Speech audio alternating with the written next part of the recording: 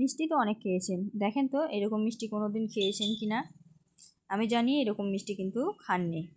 Tension করবেন না, রেসিপিটা দিয়ে দিচ্ছি, একবার হলেও বানিয়ে খাবেন, দেখবেন খুব সহজে তৈরি হয়ে যায়, খেতেও কিন্তু দুর্দান্ত লাগে। আসসালামু আলাইকুম, কেমন আছেন সবাই? আশা করি সবাই ভালো আছেন, সুস্থ আছেন। আলহামদুলিল্লাহ, আমরাও খুব ভালো আছি, সুস্থ আছি। সোনালী রান্নাঘর অ্যান্ড ব্লগ চ্যানেলে আপনাদের প্রত্যেকে স্বাগত জানাই। তো আজকে আমি আপনাদের সঙ্গে শেয়ার করব খাস্তা মিষ্টি রেসিপি। এটা নারকেল আর চিনি দিয়ে তৈরি মিষ্টিটা, খুবই একদম খাস্তা হয় আর খেতে খুবই সুন্দর হয়। দেখেই বুঝতে পারছেন দেখতে কতটা সুন্দর লাগছে। তো আজকে এই মিষ্টি রেসিপিটা আপনাদের সঙ্গে শেয়ার করব, তার জন্য প্রথম থেকে ভিডিওটা দেখবেন শেষ পর্যন্ত। তো নারকেল প্রথমেই ভেঙে নিয়েছি, এখানে দেখতে পাচ্ছেন দুটো গোটা নারকেল আছে আর একটা অর্ধেক আছে। এই নারকেলটা দিয়েই আজকের মিষ্টি রেসিপিটা তৈরি করব। মিষ্টি তৈরি করার জন্য প্রথমেই নারকেলটাকে কুড়ে নেব। তো আমি এখানে নারকেল কুড়ুনি নিয়েছি, দিয়ে কুড়ে নিচ্ছি। একদম মিহি মিহি হবে, সুন্দর হবে, মোলায়েম হবে, তার জন্য কিন্তু এইভাবে কুড়ে নিচ্ছি। আপনারা চাইলে নারকেল চাঁচা দিয়েও চেঁচে নিতে পারেন, ওইটাতে কিন্তু একটু গোটা গোটা হয়, তার জন্য আমি এটা দিয়েই কুড়ে নিচ্ছি। আর যেহেতু আমি এক হাতে ভিডিও তৈরি করছি, তাই এক হাত দিয়েই কুড়ে দেখিয়ে দিলাম। বাকি সবগুলো আমি অফ ক্যামেরায় সবগুলো চেঁচে নেব। তো এই যে দেখতেই পাচ্ছেন কত সহজেই সুন্দরভাবে নারকেলগুলো কুড়া হয়ে যাচ্ছে।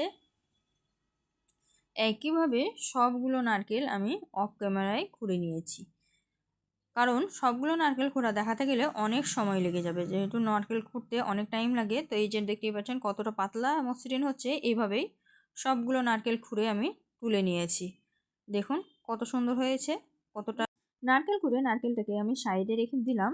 এখন আমি এটা তৈরি করার জন্য প্রথমে একটা কড়াই নিয়ে নিয়েছি, আর কড়াইয়ে আমি প্রথমে 500 মতো চিনি দিয়ে দিয়েছি। এই যে দেখতে পাচ্ছেন এখানে 500 মতো চিনি আছে, দিয়ে দিয়েছি। পরে যদি লাগে তাহলে আমি আবার অ্যাড করব, তার জন্য কিন্তু এখানে অল্প করেই দিলাম। তো এখানে নারকেলের যে জল আছে সেই জলটা দিয়ে দিলাম। তো একটা নারকেলেই জল ছিল, তাই একটা নারকেলের জলটা দিয়ে দিলাম, আর এক্সট্রা একটু জল আমি অ্যাড করে দিলাম। চিনিটা ভালোভাবে গলে যাবে, তার জন্য একটু জলটা অ্যাড করে দেওয়া। তো এই যে চিনিটাকে আমি নাড়াচাড়া করে ভালোভাবে গলিয়ে নিচ্ছি। দেখুন চিনিটা ফুটতে শুরু করেছে, চিনিটা কিন্তু সম্পূর্ণভাবে গলে গেছে। একটা সুন্দর একটা রস তৈরি হয়ে গেছে। এটাকে এখন আমি ভালোভাবে ফুটিয়ে নেব যাতে একটু চিট আসে। এই যে দেখতে পাচ্ছেন এক ঝাঁক বাবলস তৈরি হয়েছে, মানে এটা ভালোভাবে ফুটে গেছে। এখন আমি এখানে উপর থেকে এক চিট লেবু দিয়ে দিব। মিষ্টি তৈরি করতে গেলে এভাবে যদি একটু লেবু দিয়ে দেন, বিশেষ করে নারকেল মিষ্টিতে, তাহলে কিন্তু এর স্বাদটা অনেক সুন্দর হয় খেতে। তো এই যে লেবু দিয়ে দিলাম এক চিট, আর আমি অল্প পরিমাণে দিয়েছি, আপনারা চাইলে কিন্তু স্কিপ করতে পারেন। তো এই যে দেখুন একদম সুন্দরভাবে গলে গেছে, আর রসটাও দেওয়া কমপ্লিট হয়ে গেছে। আমি তুলে দেখালাম। এখন আমি এর মধ্যে নারকেল দিয়ে দিব, কারণ চিটটা তৈরি হয়ে গেছে। এখন আমি ভালোভাবে নাড়াচাড়া করে মিক্সড করব। আর এখানে যেহেতু 2.5 পিস নারকেল ছিল, তার জন্য কিন্তু 500 চিনি একটু কম হয়েছিল, তার জন্য আমি আবারও পরে একটু অ্যাড করেছিলাম। তো প্রথমেই আপনারা অ্যাড করে দেবেন বেশি করে।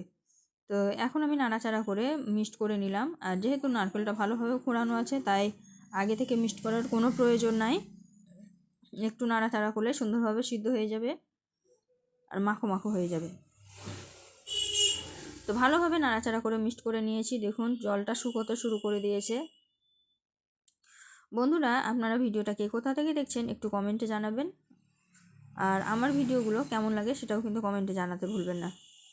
ভিডিওগুলো ভালো লেগে থাকলে অবশ্যই একটা লাইক, শেয়ার, কমেন্ট করতে ভুলবেন না। আর কী ধরনের ভিডিও আমার কাছ থেকে দেখতে চান সেটাও একটু কমেন্টে জানাবেন, তাহলে সেই ধরনের ভিডিওগুলোই আমি আপনাদের সামনে তুলে ধরব। তো নারকেলের রসটা অনেকটা শুকিয়ে গেছে, আমি দেখলাম চিটটা কেমন এসেছে। তো আমার মনে হলো যে চিটটা আরেকটু ভালোভাবে এলে বেশি ভালো হবে নারকেলটা তৈরি করা। তার জন্য আমি এখানে সামান্য একটু চিনি আবারও অ্যাড করে দিলাম। টোটাল এখানে 650 মতো চিনি আমি অ্যাড করেছি। তারপরে ভালোভাবে নাড়াচাড়া করে হালকা আঁচে এই যে এইরকম কালার করেছি। আপনারা চাইলে সাদা করতে চাইলে কিন্তু সাদাও করতে পারেন। আমি একটু কালারটা চেঞ্জ করেছি, বেশি একটু আঁচ দিয়ে, যাতে ভালো লাগে কালারটা দেখতে, মনে হবে দুধের সরমরা এরকম। তো এই যে আমি এখন চেক করে নিলাম নাড়ুটা কেমন তৈরি হয়েছে। তো নাড়ুর পাক একদম সুন্দরভাবে চলে এসেছে। আমি এখন গ্যাসের আঁচটা বন্ধ করে দিলাম, দিয়ে আমি কিছুটা নাড়ু তৈরি করে নেব। তার জন্য একটা থালা নিয়েছি, থালার মধ্যে সামান্য একটু ঘি দিয়ে দিলাম যাতে সুন্দর একটা ফ্লেভার আসে আর থালাতে লেগে না যায় তলাতে, তার জন্যই ঘিটা দেওয়া। আর হাতে তার সঙ্গে একটু ঘিটা হাতে মাখিয়ে নিলাম।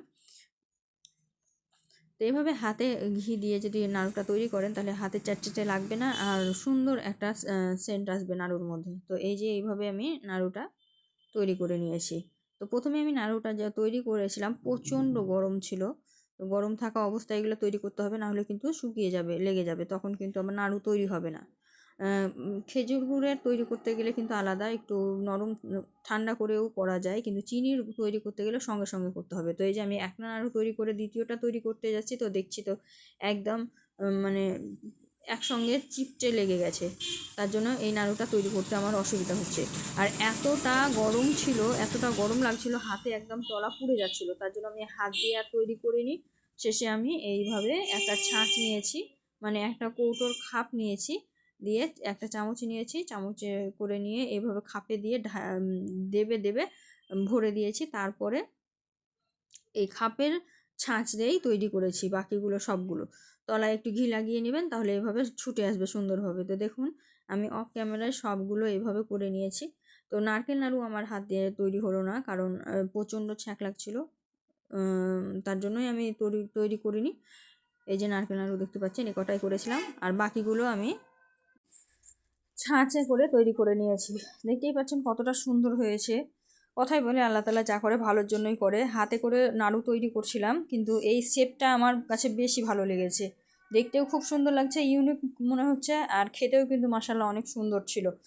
তো এটা কিন্তু তার পরের দিন সকালবেলায় একদম সবগুলো মিষ্টি খুব সুন্দরভাবে শক্ত হয়ে গেছে, সেট হয়ে গেছে। এই যে দেখতে পাচ্ছেন, দেখে কিন্তু খুবই সুন্দর লাগছিল। তো এইগুলো এখন আমি যে একটা প্লেটে তুলে নেব। তো আমি এখানে প্লেটে তুলে নিয়ে এখানে একটা কুলোতে তুলে নিয়েছি, দেখতে খুব ভালো লাগে, ছোট্ট কিউট কুলো। তো কুলোতে তুলে নিয়েছি, এখন আমি একে একে সবগুলো সাজিয়ে নেব সুন্দর করে। তো একটা একটা করে সুন্দর করে সাজিয়ে নেওয়ার চেষ্টা করেছি, জানি না কতটা সুন্দর সাজানো হয়েছে, কিন্তু তৈরি হয়েছে খুব সুন্দর, খেতেও খুব সুন্দর হয়েছিল। তো কে কে আমার মতো তৈরি করেছেন একটু কমেন্টে জানাবেন, আর যারা তৈরি করেননি একবার হলেও তৈরি করবেন। আর দেখতেই পেলেন আমি কিভাবে ছাঁচের মতো করে তৈরি করে নিলাম। তো আপনারাও হাত না পুড়িয়ে এভাবে কিন্তু তৈরি করে নিতে পারেন, এতে ইউনিক হবে, দেখতেও ভালো লাগবে, খেতেও ভালো লাগবে। তো সবগুলো আমার সাজানো কমপ্লিট হয়ে গেল। তো এই যে ফাইনাল লুক, যার জন্য বানা হয়েছিল সে খুব পছন্দ করেছিল, তার খুব ভালো লেগেছিল। তো আশা করছি আপনারাও তৈরি করে নিরাশ হবেন না, আপনাদেরও খুব ভালো লাগবে। তো একবার হলেও তৈরি করবেন, আর যদি ভালো লেগে থাকে অবশ্যই লাইক শেয়ার কমেন্ট করে ভিডিওটা একটু শেয়ার করে দেবেন।